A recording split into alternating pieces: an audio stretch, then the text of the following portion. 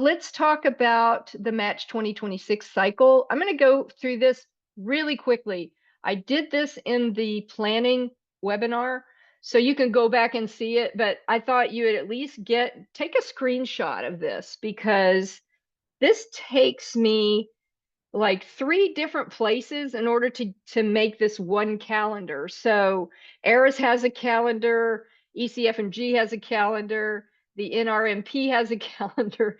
So I have brought all these dates in one place. So I hope that you will take a screenshot of that, just so that you'll know, like, by the way, the tokens are available now. So you can get your ARIS token now, and you can set up your Thalamus account. We'll talk about that in a minute. So what are all these? I'm not going to just assume that you know what all of these acronyms are, but they are acronyms that you need to know because these are the people, these are the organizations that are involved with you applying and matching to residency. You probably know the ECFMG. They're kind of like your dean, right? So they vetted you and they're getting your paperwork together, and you can store them there in the Oasis. So that's where you put all your documents as far as vetting and medical school stuff. And then there's the AAMC, who are the ones that actually run the ARIS. So they are in charge of the electronic residency application service.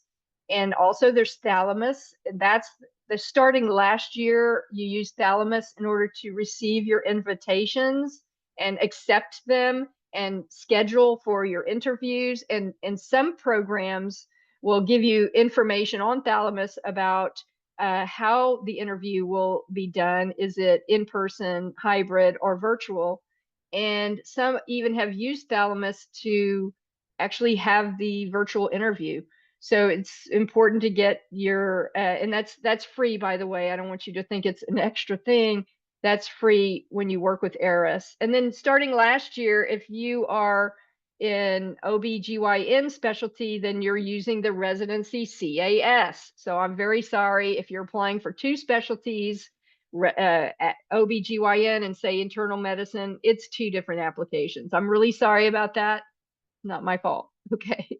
But that's the way it is since last year. And then you have the NRMP, which actually runs the algorithm part.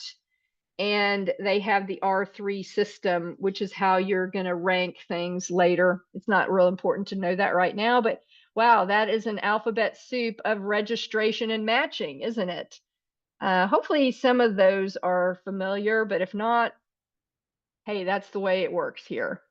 So I just want to tell you that I have watched a lot of webinars for you. All the information that I get, like I said earlier, is from the source, direct from the source. So I will go to the ARIS website, the AAMC website, and I've watched these webinars just for you because what I've noticed, they're very good, by the way. I recommend you going and watching these, especially this year. They have these optimal strategies for residency applications and they have internal medicine, they have pediatrics, they have surgery. They're not even finished with all of them yet. So depending on your specialty, you can go and watch that webinar that they give. It's very informative. However, it's really meant for all applicants. It's not really for IMGs especially. So what I do is I watch these webinars, I figure out the information that I know that you need more, and then those are the things that I use in my webinars. You're welcome. You're welcome.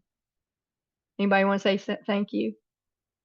So there are some changes for 2026 in ARIS, which because I watched this one right here, then I know what the updates are. Okay, so, but the changes really don't apply to most IMGs. So I wouldn't, it's essentially the same as last year. There are a few differences, which I will tell you when we go through the application worksheet in a minute.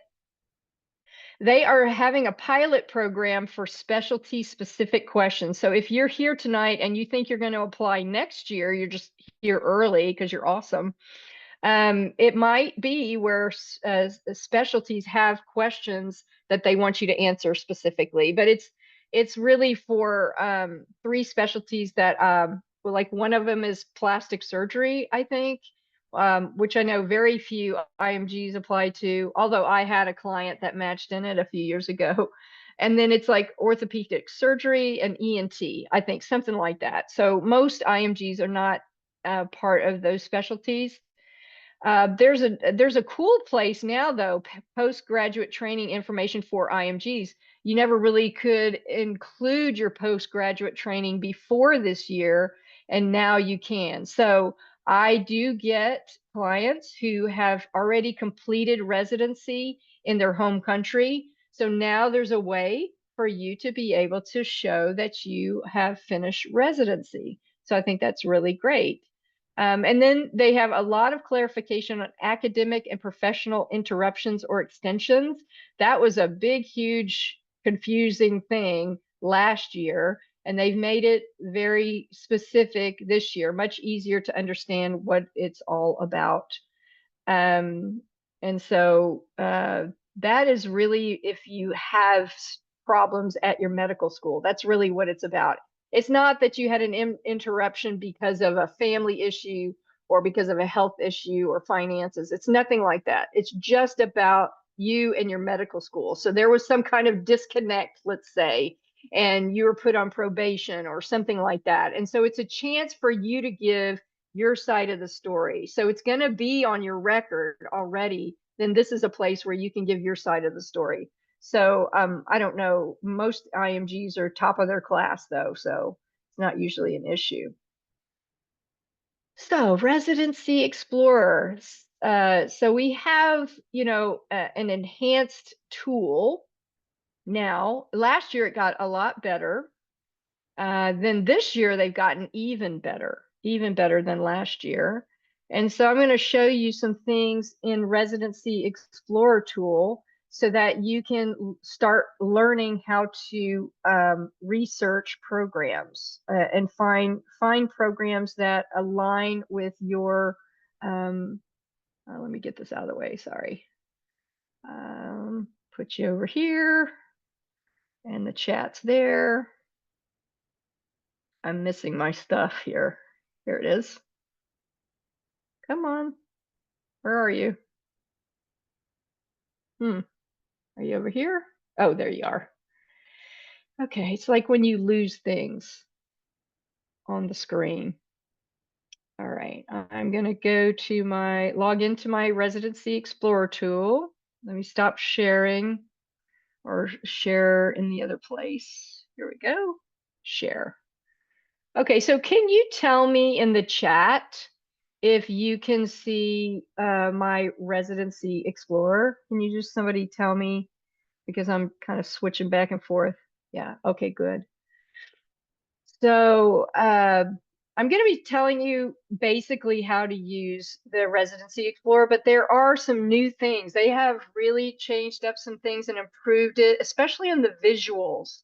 But not much has changed from last year about how I believe is the best way for you to use the Residency Explorer tool as an IMG.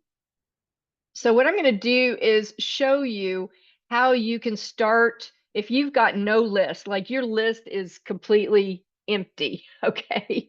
So this is a way you can start building your list, just the first pass. Of course, you're going to keep coming back to Residency Explorer over and over again to get different pieces of information for the programs that you're interested in.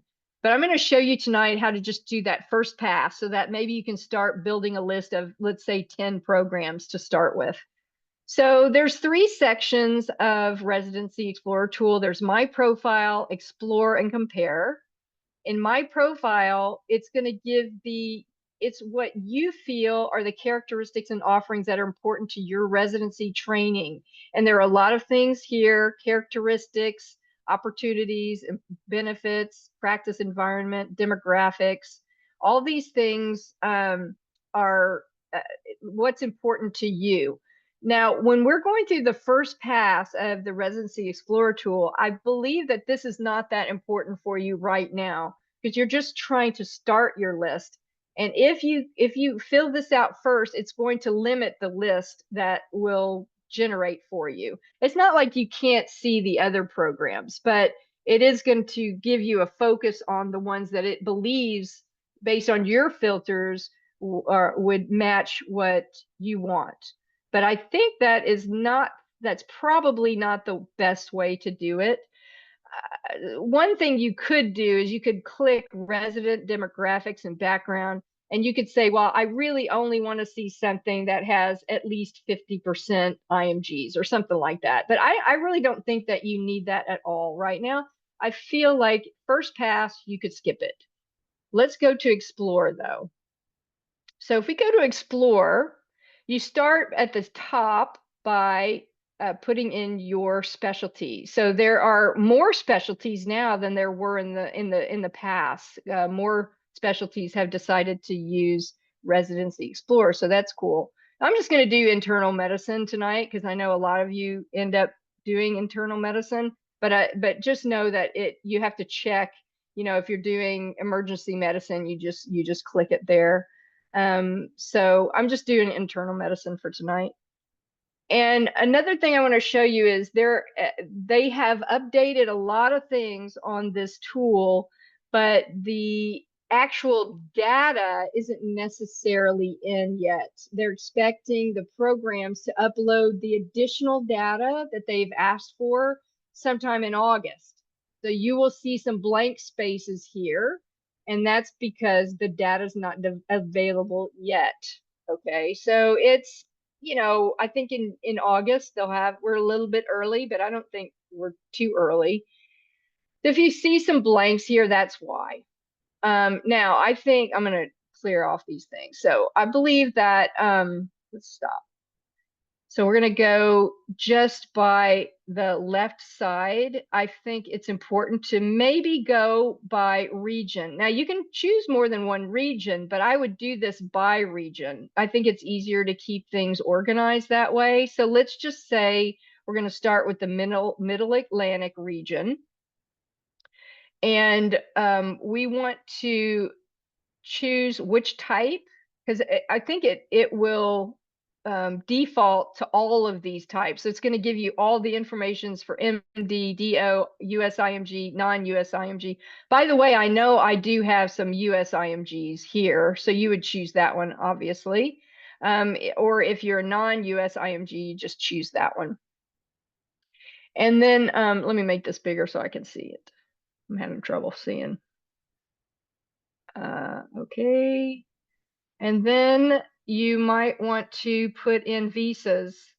So you could put like J1 visa there. Okay, so that's going to give you the Middle Atlantic programs that accept J1 visas. I think that's all that I recommend that you do for now. Yeah. All right, so you can see what's new here. And also you can come over here and like click it here. So it goes from the least to like the largest in percentage if you wanted to do that. And you'll see some new things. Now, all of these say your profile alignment is 0 to 0 because you haven't done that yet. You can come back and do it later, and it'll tell you out of the characteristics that you choose on your profile, how many of those are aligned with that program. So it is good to do that at some level. Now you'll see here that this is new. So this is really cool. You used to have to go to Frida to find out scores, I think minimum scores. This is actually even better. So this shows the middle 80% of scores. So that's from 10%, so 236 would be 10%, to the 90th percentile for that program. So if you have a score between 236 and 269, you're probably okay, right? So you'll see probably nothing less than a 236, although they might have taken a couple more. But that is a like really quick first look at it. You can see that, what were they doing with their signaling? 36, so 40% gave a gold signal. This is the interview rate, okay? 40% gave a gold signal, 36 gave a silver signal, 8% gave no signal. So it kind of shows what they think about signaling there. And then it also says how many percentages of IMGs who applied, okay, who applied got an interview. So this looks like an important number, but it isn't as important of a number as another one I'm going to show you. So this is good, where you can actually click open, let's say Lincoln Medical Center. You can look through there. It will give you all the information about program coordinator, program director, phone number, and all these things, the codes, so many things now, and a huge amount of information down here, like license exam requirements. This is something new, you know, so it's not here yet though. You see where it says coming in August 2025. So you're gonna have to come back through that. Do they sponsor? Yes. And then you'll see just so many things that I don't really have time to go through now, but you can come down here and look at all these graphs. And then some of them you can also look at the step one. So the step one never failed. If they never failed, it's 9%. If they ever failed, it's 7%. So you can see where they had, if someone had an attempt, they would still they might still give them an interview. So just so many more things down here than they had before. So I just wanted to show you that. I'm going to be making another tutorial for this that will kind of cover all that. I can't cover it all tonight. But I wanted to show you the one that I think is very important. So if we want to compare programs, let's just click this. Let's not click that one. Let's click that one and that one. The ones that have all the information already there. We're going to compare the programs.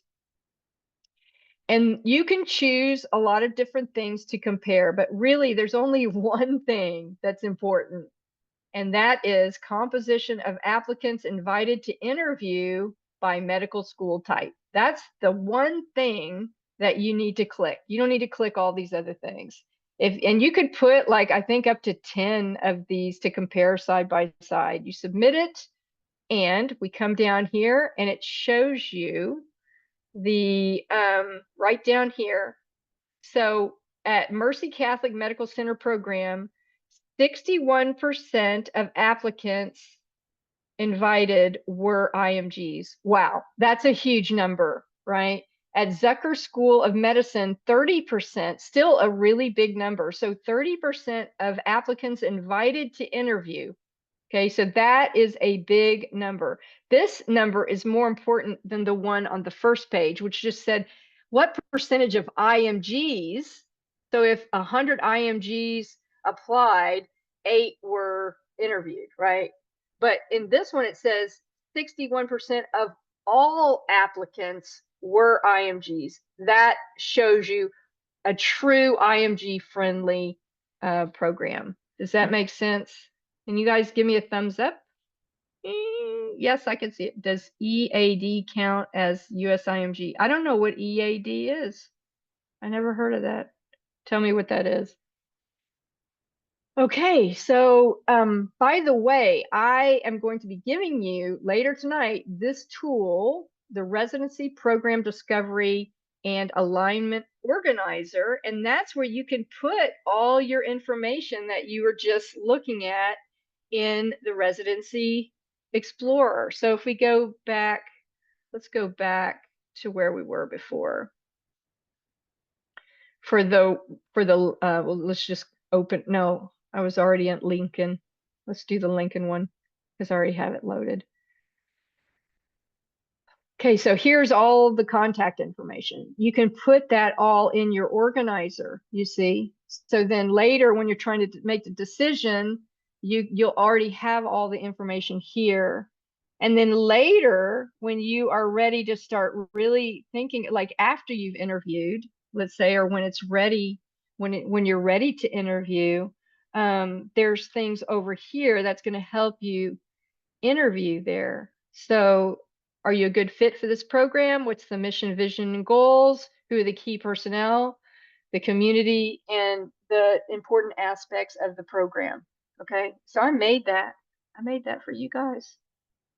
All right. And it's yours for free. All you have to do is wait a couple more minutes. Okay. Well, I appreciate that. I appreciate you appreciating me. Thank you. All right. So where am I? Ooh, let's see. Go back to my slides. Right. I can skip through these next slides because I was just kind of showing you live, right? I was showing you live. Let's see. Let me get this out of the way. All right. So these are just slides about what I was just telling you, my profile, and then how to explore, and then, narrowing everything down by location, visas, special tracks, comparing just that one check at the bottom, and then bam, then you know who is IMG friendly. Is that cool? I hope so. I know that there are a lot of these tools out there. I mean, you can get them through services. Sometimes people are nice enough on LinkedIn and they'll say, here's all the IMG friendly um, programs. But I'm telling you, just with a little bit of time on Residency Explorer, you can get the real deal. This isn't anyone's opinion. They have curated this from the NRMP, from the residents themselves, the programs themselves. They just curate all this information and data from a lot of different places. So this is reliable data, although some of it's early data because they've been trying to improve it. So I would say a little caveat there is it's early. You can look at trends though, and it will help you that way.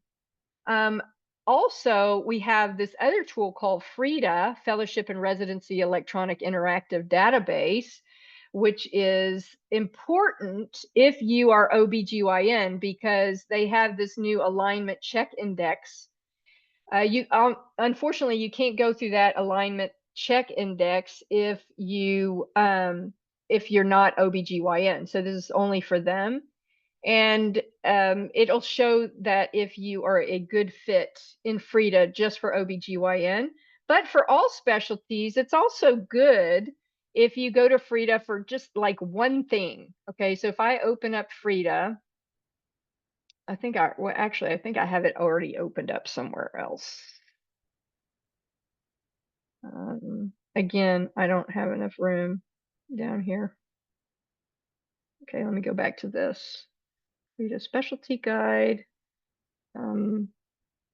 Stop sharing that.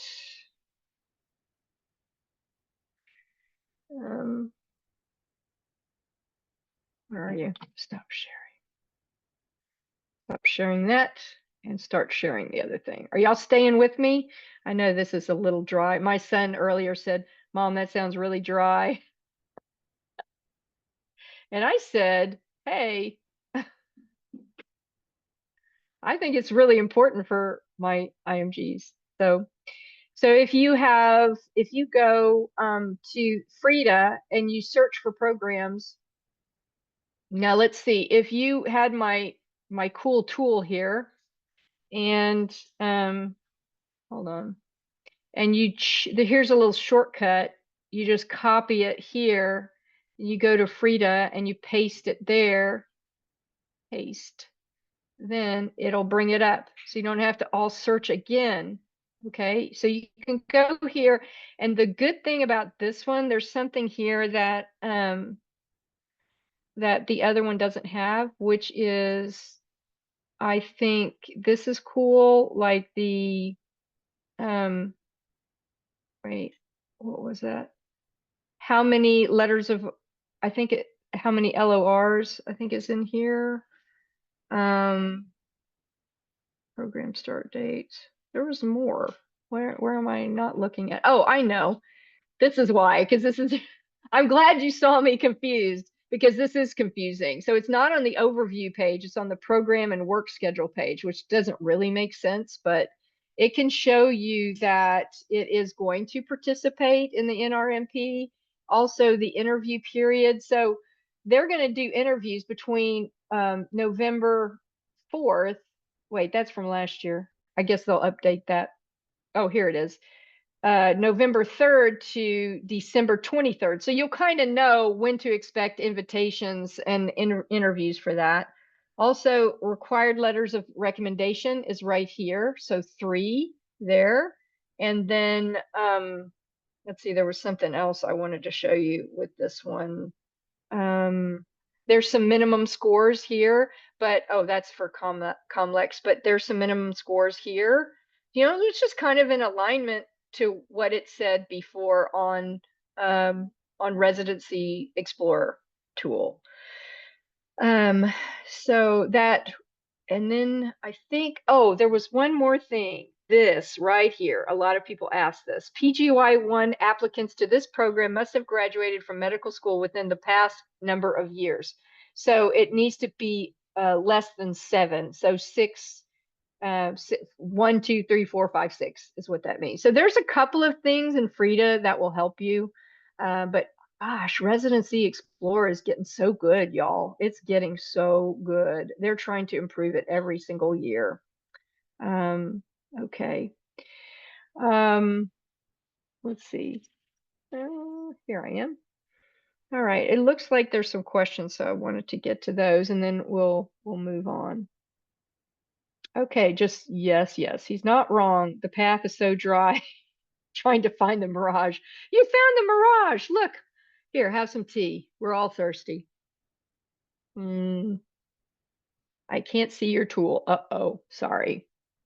Well, just remember that I'm going to be giving you a complete tutorial on this part, and I'll try to do it so that you can see it really well. This is just kind of an overview, okay? So you'll be all right, I promise.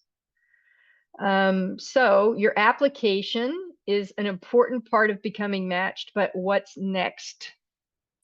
So I'm just showing you here how to find programs that are a good fit, but what's next? Wait, I'm not sharing. I forgot.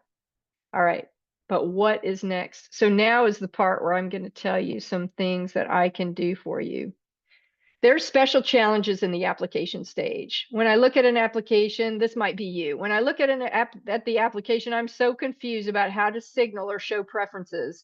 What are the different strategies, or should I just leave it blank? We're going to talk about a little bit of that tonight. How should I order my experiences? We are not going to talk about that tonight. I have red flags. Where should I add my explanation? I don't know what program directors are looking for in a personal statement. How can I be confident that it will help me and not hurt me? I'm looking at a blank page and I have no idea what to include in my personal statement. Where do I start? I've written my statement, but I'm not sure that it's ready to upload. Is there someone I can trust to review it and give me honest feedback? Has anyone ever thought those things? Like, is that kind of something that you've been thinking about? Let's see, how to find programs for 10 plus years of graduation. That's a good question. We could talk about that later in the Q&A, okay? All right, so have you ever thought about these questions? Is that something you think about? Well, I'd like to introduce to you the IMG Match Success Application PowerPack. It's designed to guide you through the residency application process with expert support and exclusive resources so you can have a better chance to secure interviews. So what does the PowerPack include? This is you working with me. This is your chance to work with me from now, actually until you start your PGY1. So it includes the Match 2026 Application Bootcamp. You can tackle your personal statement and master the application process in just 7 days. Now it's called a boot camp because it's really focused on a specific task. And I say 7 days. You can do this in 7 days. It doesn't have to be 7 days in a row, but 7 time periods of very focused energy on your application, and you can get it done. I mean, that's not insurmountable. And then I also give to you the AI-powered application success guide, which is what I've done is I've been working with AI essentially since it became readily available. And I have given you crafted prompts to help you blaze through the revising and editing process. And then you also get 2 personalized review credits. So you'll receive from me comprehensive feedback on your personal statement and your GME application for 1 specialty. I have to say that because some of you apply for 3. So how can the boot camp help you? Well, it is a online, on-demand, self-paced course that gives you expert guidance, a structured plan. Like if you like that organizer, I give you tools like that to help you stay organized and focused. There's flexible learning there, self-paced. You'll have increased confidence and you will overcome procrastination. If you're like me, I just love to procrastinate, but it can it can hurt you in the end, right? So I'll keep you focused. So what about the application success guide? Like I said, it's expertly crafted prompts. It's going to help you enhance your writing. So you're going to use advanced AI to refine and polish your personal statements and application materials, while maintaining your unique voice. You don't want it to sound like Chat GPT. You don't want that. I'm going to show you how you can use it without sounding like it is Chat GPT, like it's your own voice. It'll help you streamline the process. I mean, you'll just blaze through it with the help of AI. And then you'll also be able to boost your confidence because you'll feel assured that your documents are well crafted and impactful. So it's important to have a good application, a good personal statement, and you need help. I'm going to help you, but I'm going to help you through this course and through the AI prompts, but also you're going to get 2 personalized reviews from me. So you get 2 credits. And those credits you can use for any documents. So it could be for 2 different applications, or it could be for an application, a personal statement, which is normal. So whatever 2 documents, you get 2 credits. You'll get detailed feedback from me. I'll give you written comments and a video walkthrough, and make sure that it's you'll feel confident that it's in alignment and it's beautiful, no mistakes, and formatted correctly, and all those things. I'm going to help you with all of that. So you'll be able to get it tonight at a very special price. You get the application boot camp, the 2 review credits, and the application success guide, and that is $4.99. But come on, can I do better? Yes, I can do better.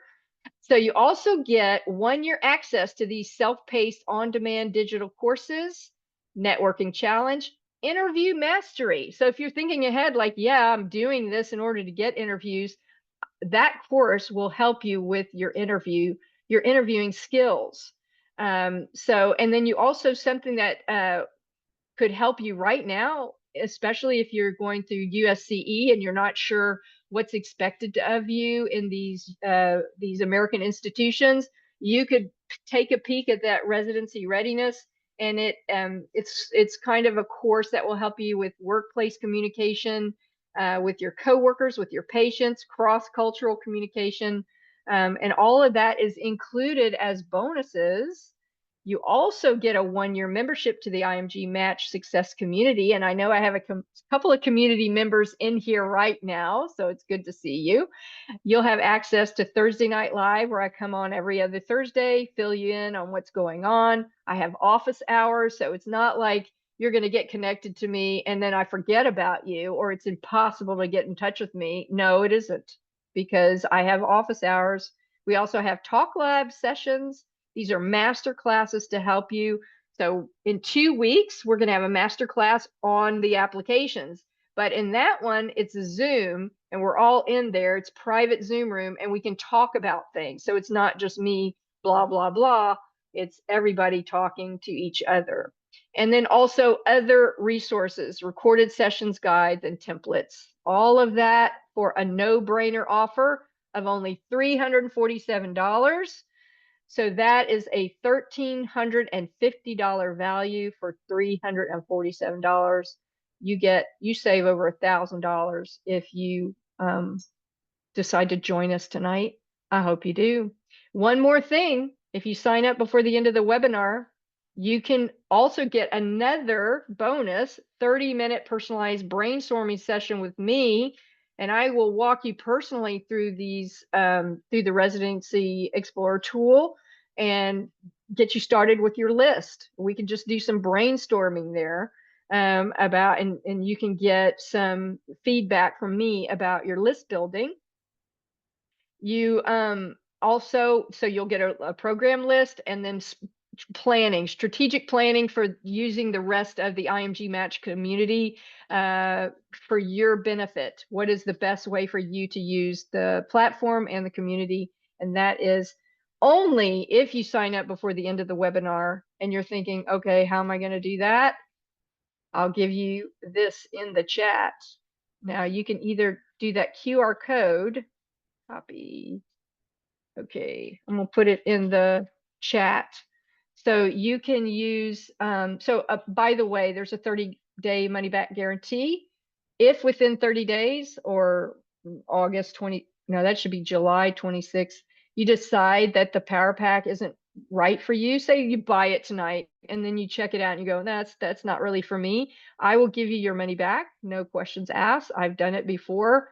I did it pretty early on last year because someone decided they were not going to apply. So there's a reason to give a refund. So I can there's no risk then. There's no risk because I'm going to give you your money back if you decide it's not for you.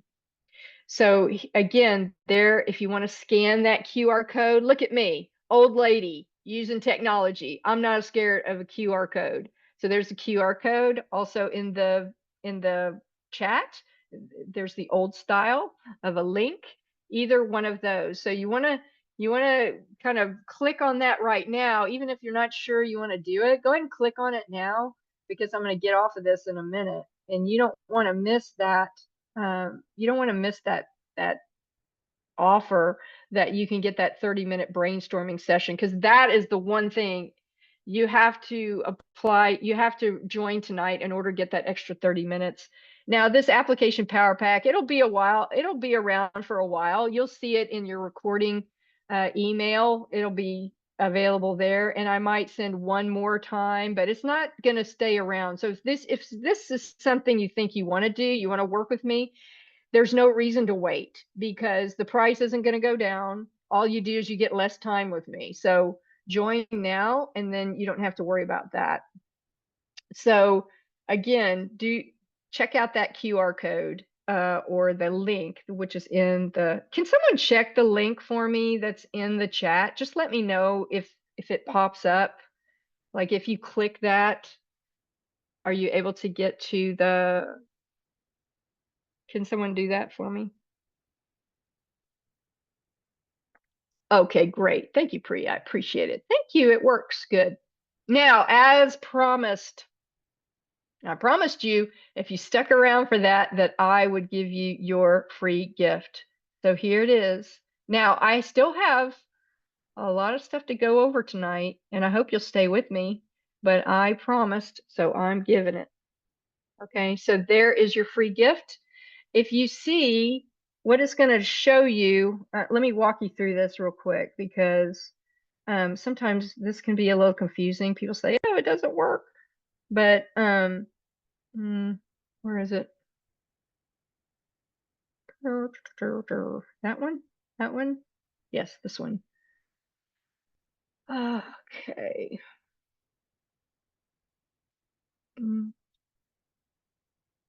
Share. So it's going to look like this. You guys getting there? You have your link. So it's going to look like this. You've got two things here. You got two links. You have this list building and organizational tutorial, and you have the organizer, which I showed you earlier. So just click those two links and it will take you to those places. Okay, so that's how that works. Let me know if it works. It says request access. It does. Oh, hold on just a second. Now I gotta fix it. Oh, I know what I did.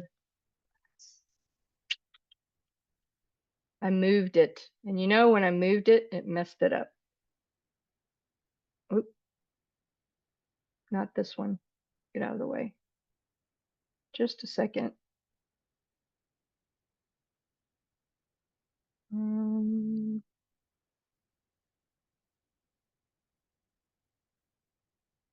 trying to stop sharing.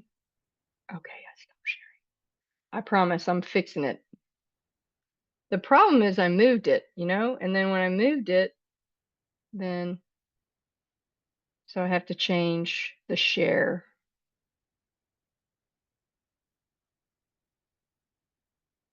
Okay. Ah, it is restricted. I'm so sorry. Okay. This is going to fix it for you. I have to change it. I'll be able to give you the good link right now, but okay, hold on. Try that one now. Can you try that one for me? Ayush.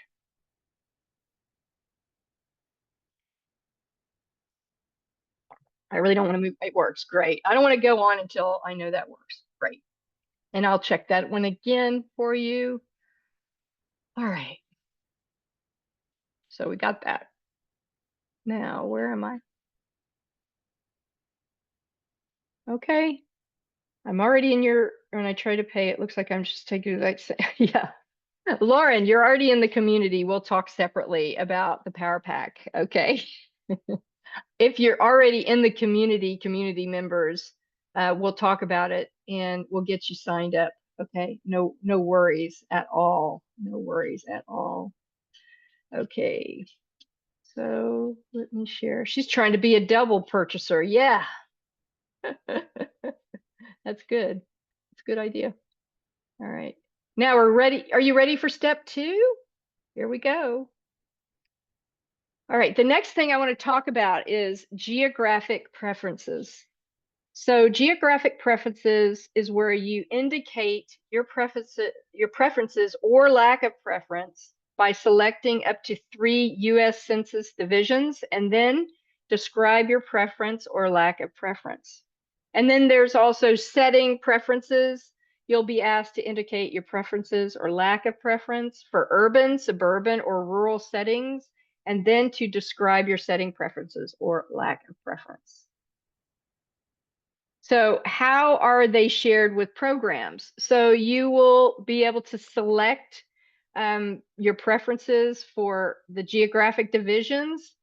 And if you select a particular geographic division, then only the programs you apply to in that division will see your response. All other programs you apply to outside your preferred divisions will not see any information about your geographic preferences.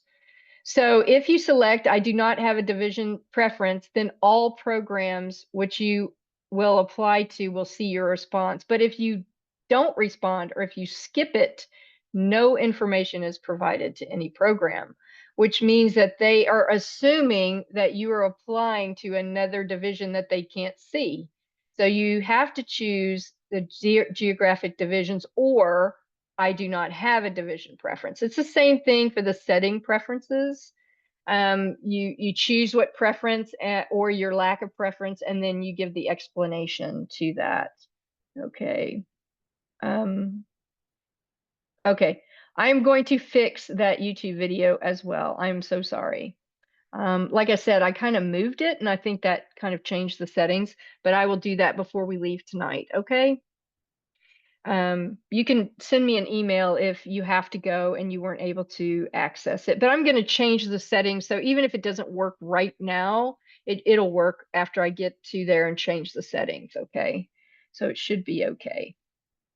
All right, so the same thing for your settings preferences. So here are the geographic preference divisions map. Remember I said earlier when I was using the Residency Explorer tool, the mid-Atlantic states, and that's these right here, New York, Pennsylvania, and New Jersey, very popular for IMG friendly programs. So you get to choose 3 of these and to indicate on your application what your preferences are. So you're going to select regions. So this is normally what applicants are looking at. Selecting regions based on personal ties, lifestyle preferences, and professional goals. They can significantly impact program selection and match success. A lot of program directors do rely on this as a part of their holistic review of your application. They want to know if you will be happy in their area. The setting preference doesn't seem to be as important, except if you decide that you want to be, let's just say that you're in family medicine and you want to apply to rural programs, they probably really want to know that. That could help your chances with the family medicine. The other ones, like internal medicine and the other ones, it just doesn't seem like it's as important to the program directors as geographic settings are. And then there's also hometown considerations. You want to leverage your hometown information by highlighting any personal or professional ties to a specific region in your application and interview. So really your geographic preference in your hometown should be in alignment. Doesn't have to be, but it's probably a good idea. So the majority of program directors reported using the geographic preferences section during their admission process. But I have to say that the information this year is a little different. It seems to make more of a difference for MDs, for people that went to American medical schools, than it's not as important for IMGs, but I still think it's a consideration that they use. They're going to use it as a holistic review to help decide whom to interview. Sometimes they do it during that initial screening process when they're just looking at your dashboard, seeing at their dashboard and trying to click which filters they're going to use. It can be a tiebreaker. It also helps the programs prepare for interviews to understand your motivation and your background. And that is based on the 2025 ERAS analysis as of December 2nd, 2024. Just so you know, it's up to date. So what does that mean to you? I mean, what I showed you a minute ago, that's kind of how the programs are using it. How is it important to you? Honesty is the key here. Be honest about your geographic preferences. Misrepresentation or lack of clarity or misalignment, it can lead to misunderstandings and missed opportunities. Consider your support systems. If you have family or friends nearby, that's considered a strong support system or network, and programs value evidence of a social network near them because then they know that you're getting that support, less likely to have burnout or homesickness. So it is an important consideration for them. Now, if you really don't have a preference, you can choose no preference. That's okay. But you should select, I do not have a division preference, and provide a clear example. So maybe, you've been all over the United States and it's hard for you to choose. You just understand that it sounds like you're being flexible, but it is generally better to indicate a preference than to say, I do not have a division preference, but you do what gives you peace. Okay. But definitely you have to check it. Don't just leave it blank. That's the worst option. Don't do that. Okay. So the bottom line is, in general, interview invitation rates are higher for applications aligned with aligned geographic preferences, followed by no geographic preference and unaligned geographic preferences. So they need to be in alignment as well. So if all your experiences are on the East Coast and you're applying on the West Coast, you've got to have a reason for that. Then you have to talk about your families there or the environment or whatever it is. You have to be able to talk about it. But the effect is somewhat smaller than signaling, and that's what we're going to get to next. So are there any questions about the geographic or settings preferences? That's something that you can start thinking about right now. Okay. So next we're going to go on to signaling. Strategic use of signaling. So this is where real strategy comes in. So it's a valuable tool to the residency application process that allows you to express a higher level of interest in specific programs. And remember, on that Residency Explorer tool, they actually show what percentage of the invitations came from people who had given gold or silver stars or had signaled it for other specialties. So it is something now that you can look on the Residency Explorer tool and see what impact that signaling makes. Like if it shows that people who did not signal, they have a 0%, then you know it's extremely important for that program that you give some kind of signal. So that's just another layer that you have to think about when you are, ordering which programs to signal. It helps them identify candidates who are particularly interested in their offerings, increasing your chances of receiving an interview invitation. So, of course, you've got to research thoroughly. This is not something that you just decide on your first pass. After you've been through the list many times and you're about ready to upload it, look again and make sure that these make sense. Again, that's another thing that we could do in that 30-minute strategic session, brainstorming session. If you have questions, if you just want feedback, I'm not going to tell you what to do, but I can ask you kind of probing questions to get you to where you want to be with that. You'll have to prioritize those programs. And then, of course, you want to verify if they are participating in the signaling process. Most of them are, but you definitely don't want to waste a signal, right? And internal medicine, they have a 2-tiered system. They have gold and silvers, 3 golds, 12 silvers. And I really don't like gold and silvers because unfortunately, the first thing they ask you in the interview is, why didn't you give us a gold signal? Why did we only get a silver signal? So join my group and I'll tell you how to answer that one. We figured it out last year. So if you're in family medicine or some of the other ones that don't have the 2-tiered system, then it doesn't matter. You just choose the 10 or the 5 or however many they give you. So what does the AAMC say about signaling? You don't have to send all the signals all at once. You can you can do that in the saved programs page. So you're saving them. So then you can go back and change those signals later, but you have to do it before you actually apply on that September day. When you say, okay, I'm applying, I'm submitting, then you're kind of locked in right there. After that, that's it. You can't not be sent after applying to a program. So you have to figure it out, but you don't have to do it right away. You can load which programs you want, and you can go back and change the signals up into the time that you upload the entire application. Okay. So avoid wasting signals. Understand the signaling process. Make sure you're signaling to aligned programs, not all reach programs. You want to do some safe ones, some match ones, and some reach ones. You can check interview rates for those signaling in Residency Explorer, like I said before, and definitely use all your signals. Don't leave any out. Okay, so the bottom line is listen to your heart. Go for what you want. Okay, listen to your heart, but make sure you're in alignment with these programs. Oh my gosh, you have already accomplished so much. So you committed to making a preliminary program list this weekend.